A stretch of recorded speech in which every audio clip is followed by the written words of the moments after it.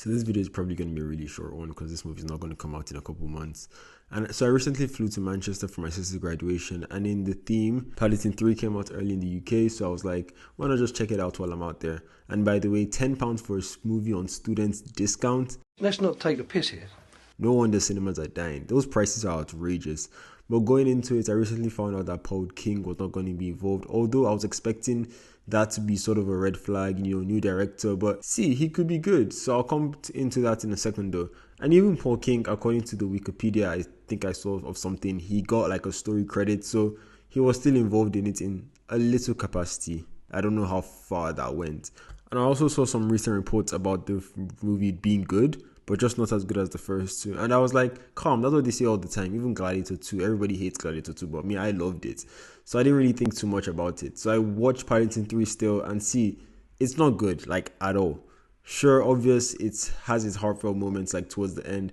But see, I hate it when movies do this because films can't serve you slop and then use your love for that character to fix the slop that you have served for like over an hour. I had that same problem in Venom 3. At the start, it was cool to see all the characters grow up, the boy, the girl, the dad. By the way, they recasted Mrs. Brown's character. I literally wanted to vomit when I saw her. No disrespect to the actress that's doing her job right now, but it just felt very off-putting to just like, do that. But yeah, it was cool to see the kids in particular grow up here and see how much of an impact Paddington had in their lives throughout that time. But I just feel like we didn't really need a sequel for this movie, even just to see that. I usually never say this, but after 7 years, I don't think this film needed to be created. But see, Hollywood, they have to make their money somehow. And I think the idea to take this movie to Peru was smart. But as the story goes into this point of its fantastical elements, which I don't really want to bring up as an issue, but I will note it. In the Paul King films, wacky things happen. Like, look at Paddington, for example.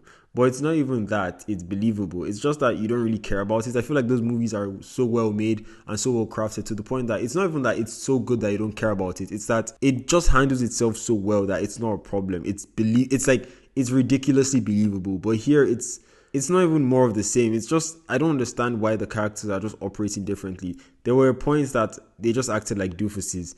This is the main cast I'm talking about. It's like the dad and the kids, for example, not even Paddington.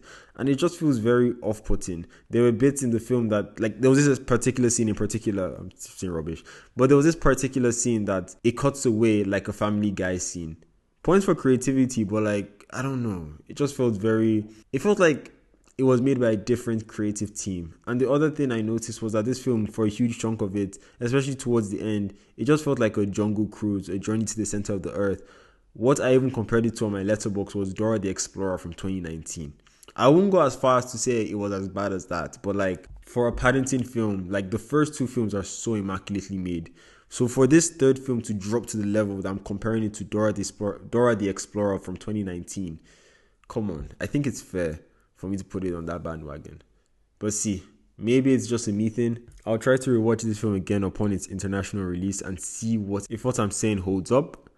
If you have watched this film, what do you think? I really want to know what you think if you've seen this film. Thank you for watching this video, and I'll hopefully see you next time. Bye.